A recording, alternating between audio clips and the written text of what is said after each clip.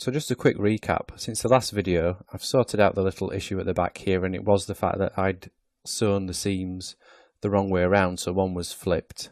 So that's just a small issue. And I've also just tidied up this area down here just by adjusting some of the edges. That's it pretty much, really. It was just a case of going in and tweaking the shapes just to get the dress to the stage it's at now. So here are the patterns, and I added in those extra panels just in there just to tie this this band at the bottom together. So ignore that for now. That's just where it's simulated, and I just need to pull that around, but I'm going to leave that for now. That's not an issue. Right, so the next stage is to add in the second layer of her skirt.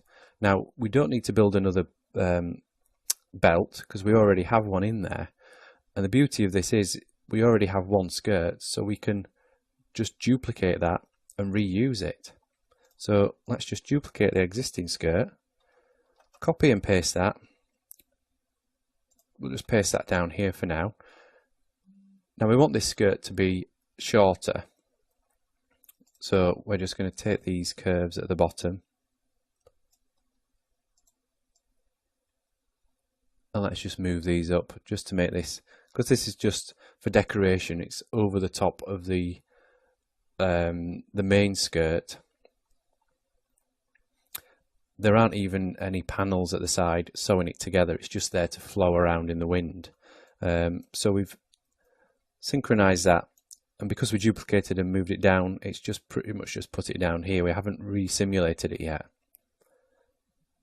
But before I do simulate this, in fact, let's reset the whole garment. Now, we know we want this to exist over the top of the current skirt. So let's just move that out in front. The one at the back will move behind, because we want the main skirt to come in and simulate first, and then we want this skirt to come in afterwards and be over the top of it. So with those two panels in there, actually let's raise those up as well, and we need to sew them actually before we do anything else. So let's just make sure this is sewn to the, just zoom in a little bit, the bottom of the belt. There we go, and you just saw the blue lines pop up there, and the same with the back of the belt. So it's pretty much the same skirt, just overlaid on top. Now the problem is when we start to simulate this, Marvelous Designer won't know which skirt is supposed to be over the top of the other, so you may end up with some sort of fighting issues. But what you may have noticed, if I just click this pattern here, is there is under Simulation Properties, there's this layer option here.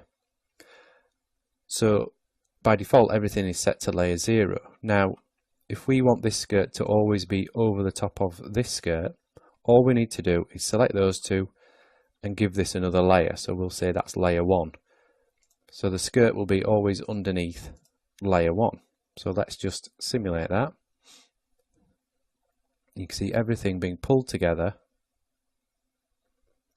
like so. As you can see, because we've added in those layers, it knows that this always has to be over the top. No matter how much you pull it around, that always has to be on the top. Probably didn't check that at the back. We can see where I've attached this to the belt, it's reversed. So let's, in fact, let's in here, let's just go flip horizontally, simulate that again.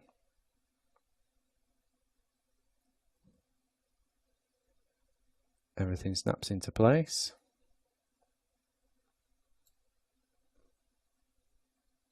There we go, we've got our 2 layers of skirts.